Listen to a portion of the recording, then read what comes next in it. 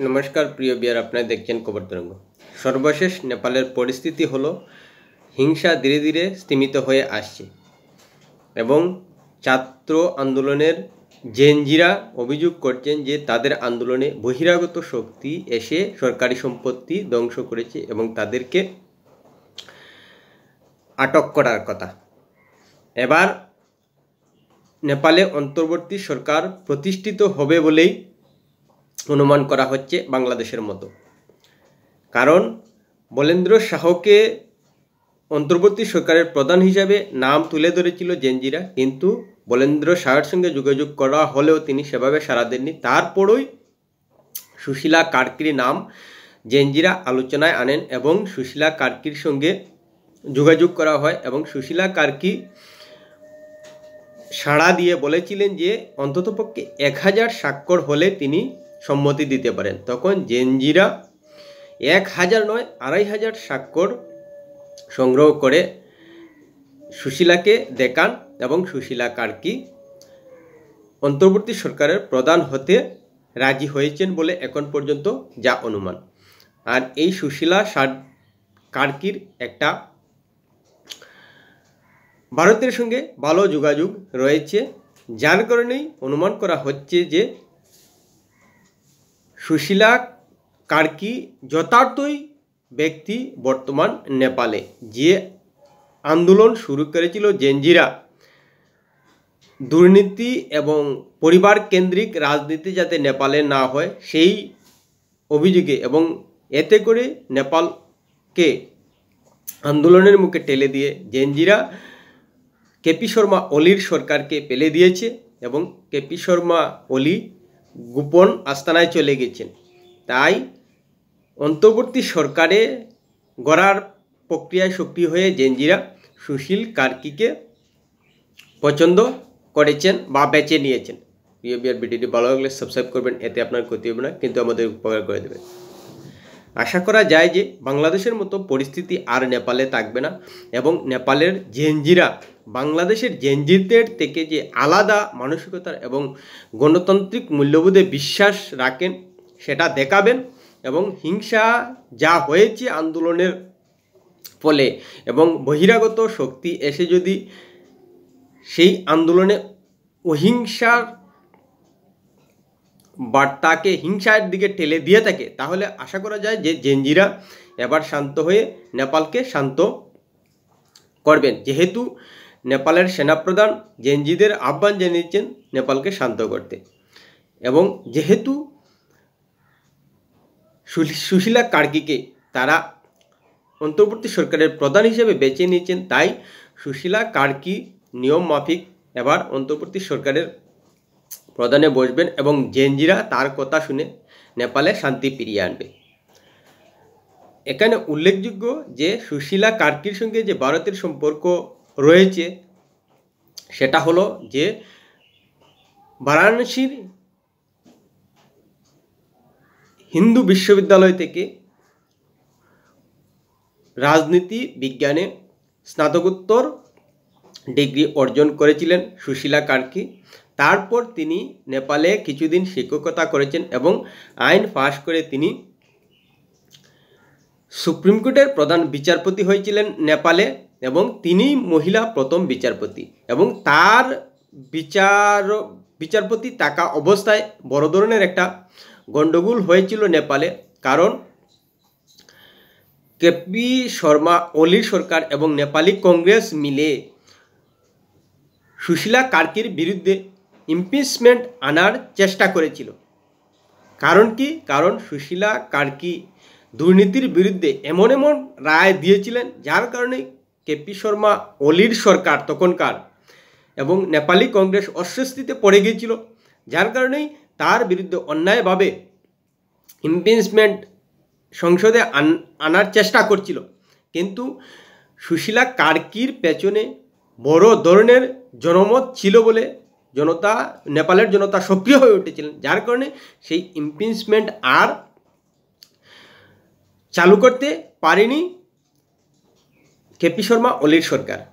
আর এই ধরনের স্বচ্ছ ভাবমূর্তির সুশীলা কার্কিকেই জেনজিরা বেছে নিয়েছেন, অর্থাৎ জেনজিরা যে দুর্নীতির বিরুদ্ধে এবং পরিবার কেন্দ্রিক রাজনীতির বিরুদ্ধে লড়াই করে কেপি শর্মা ওলির সরকারকে পেলে দিয়েছে, সেই সিদ্ধান্তে তারা এখনও অটল রয়েছে। এবং এই কারণেই বলেন্দ্র শাহ সাড়া না দেওয়ায়, বলেন্দ্র শাহ কিন্তু স্বচ্ছ এবং দুর্নীতির বিরুদ্ধে লড়াই করা একজন নেতা, কিন্তু তারপর সুশীলা কার্কিকে তারা বেছে নিয়েছে। অর্থাৎ সুশীলা কার্কিও কিন্তু স্বচ্ছ ইমেজের এবং দুর্নীতির বিরুদ্ধে লড়াই করা একজন ব্যক্তি, তাই সুশীলা কার্কিকেই জেনজিরা অন্তর্বর্তী সরকারের প্রধান হিসেবে বেছে নিয়েছেন। আশা করা যায় যে বাংলাদেশের মতো পরিস্থিতি আর নেপালে থাকবে না এবং ধীরে ধীরে অশান্তি স্তীমিত হয়ে যাবে এবং বাংলাদেশে যেভাবে কট্টরপন্থীর বারবারান্ত হয়েছে এবং বিভিন্ন সংখ্যালঘুদের উপর অত্যাচার হয়েছে, সেটা অন্ততপক্ষে নেপালের মানুষ নিজেদের শুধরে নিয়ে কোনো অবস্থায় হতে দিবে না। এবং নেপাল যে একটা গণতান্ত্রিক সদ্য গড়ে ওঠা দেশ এবং তারা যে বাংলাদেশ থেকে বেশি করে গণতন্ত্রকে আয়ত্ত করেছে, সেটা দেখাবার একটা চ্যালেঞ্জ রয়েছে। এবার আসি নেপালের গণ অভ্যুত্থানের মধ্যেই বাংলাদেশ এবং পশ্চিমবঙ্গের প্রসঙ্গ এসে যাচ্ছে এই কারণেই পশ্চিমবঙ্গে মমতা ব্যানার্জি সতর্ক হয়ে গেছেন এবং এ নিয়ে তিনি উল্লেখও করছেন যে পশ্চিমবঙ্গে একটা অশান্তির চেষ্টা হচ্ছে। আসলেই মমতা ব্যানার্জি ভয় পাচ্ছেন যে তার সরকারেও নেপাল বাংলাদেশের মতো সরকারের নেতা মন্ত্রীরা দুর্নীতির জন্য জেলে গিয়েছেন, সেই সঙ্গে মমতা ব্যানার্জি উত্তরাধিকারী প্রায় বেছেই নিয়েছেন ধরে নেওয়া যায়। অর্থাৎ পরিবার কেন্দ্রিক রাজনীতি শুরু হয়ে গেছে তৃণমূলে।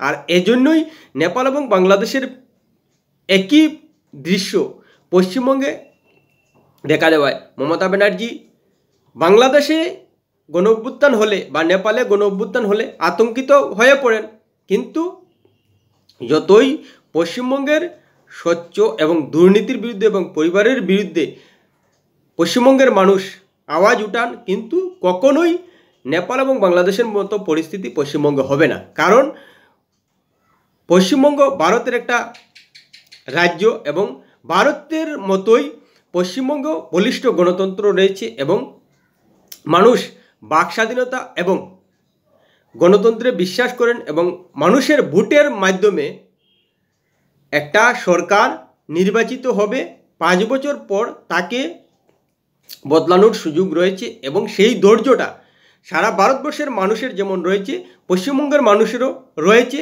কোথাও কমতি নেই। তাই যতই পশ্চিমবঙ্গের বিরোধী রাজনৈতিক দলগুলোর বিশেষ করে বিজেপি, কংগ্রেস, সিপিএমের সমর্থক নেতারা স্বপ্ন দেখুন যে মমতা ব্যানার্জিকেও নেপাল বাংলাদেশের মতো গণ অভ্যুত্থানের মাধ্যমে পেলা সম্ভব, কিন্তু সেটা সম্ভব নয়। যে কোনো কারণেই হোক, আমার অন্ততপক্ষে মনে হচ্ছে যে পশ্চিমবঙ্গে মমতা ব্যানার্জির সরকারকে গণ অভ্যুত্থানের মাধ্যমে পেলা সম্ভব নয়। সেটা যুক্তরাষ্ট্রীয় পরিকাঠামোর ক্ষেত্রে আঘাত হয়ে যেতে পারে। আর বাংলাদেশ এবং নেপালে যেভাবে এককেন্দ্রিক শাসন ব্যবস্থা রয়েছে সেটা কিন্তু পশ্চিমবঙ্গে নেই। কারণ পশ্চিমবঙ্গে রাজ্য সরকার, তারপর পশ্চিমবঙ্গ ছাড়া ভারতে কেন্দ্র সরকার রয়েছে এবং বিজেপি কোনো অবস্থায় চাইবে না যে গণ অভ্যুত্থান হয়ে পশ্চিমবঙ্গে সরকার পরিবর্তন হোক। তাই বিজেপি কোনো অবস্থায় সেই ক্ষেত্রে উৎসাহ দেবে না। তাহলে কিন্তু তৃণমূল কংগ্রেস বিজেপির বিরুদ্ধে দোষারোপ করার একটা সুযোগ পেয়ে যায়। অন্যদিকে আবার আন্তর্জাতিক যে একটা চাপ থাকে দেশের উপর, বিশেষ করে যেটা শ্রীলঙ্কা, বাংলাদেশ এবং নেপালে গণ অভ্যুত্থান নিয়ে আলোচনা হচ্ছে, সেটা পশ্চিমবঙ্গে নেই। যদি হয় তাহলে দিল্লিতে বিজেপির কেন্দ্রীয় সরকারের উপর আন্তর্জাতিক চাপ থাকতে পারে, কিন্তু কোনো অবস্থায় পশ্চিমবঙ্গের মমতা ব্যানার্জি সরকারের উপর চাপ আসবে না, কারণ সেটার ডাল হিসেবে রয়েছে কেন্দ্রের বিজেপি সরকার। এই দুটি কারণে কোনো অবস্থায় পশ্চিমবঙ্গে মমতা ব্যানার্জির বিরুদ্ধে কোনো অভ্যুত্থানের সম্ভাবনা ক্ষীণ বলেই অনুমান করা যায়। যদিও রাজনীতিতে কোনো কিছুই অসম্ভব নয়, কিন্তু সম্ভবের সম্ভাবনা খুবই কম। অন্যদিকে বাংলাদেশের পরিস্থিতির সঙ্গে নেপালের পরিস্থিতির যদি তুলনামূলক বিশ্লেষণ করি, তাহলে একটা কথা আমরা খেয়াল করে দেখব যে বাংলাদেশে কিন্তু মোহাম্মদ ইউনূসকে জেনজিরা অন্তর্বর্তী সরকারের প্রধান উপদেষ্টা বেছে নিয়েছিল। তিনি ছিলেন ভারত বিরোধী। আর নেপালে যে সুশীলা কার্কিকে অন্তর্বর্তী সরকারের প্রধান হিসেবে বেছে নেওয়া হয়েছে জেনজিদের তরফ থেকে, তিনি কিন্তু স্বচ্ছ ভাবমূর্তি এবং ভারতপন্থী অনুমান করা হচ্ছে। তাই তফাৎ রয়েছে। আসলেই মোহাম্মদ ইউনূস ধর্মীয় কট্টরপন্থা মানসিকতার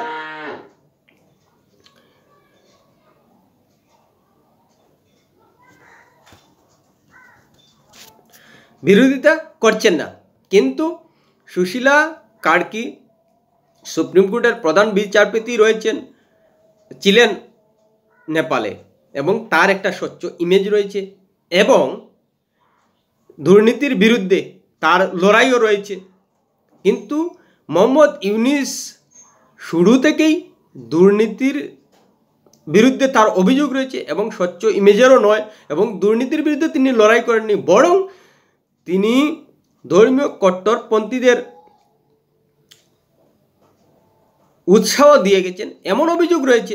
এবং তার শাসনে দেখা গেছে যে ধর্মীয় কট্টরপন্থীদের বারবারান্ত হয়েছে, এবং নেপাল এবং বাংলাদেশের মধ্যে তুলনামূলক বিশ্লেষণে এটাই সামনে আসছে যে বাংলাদেশ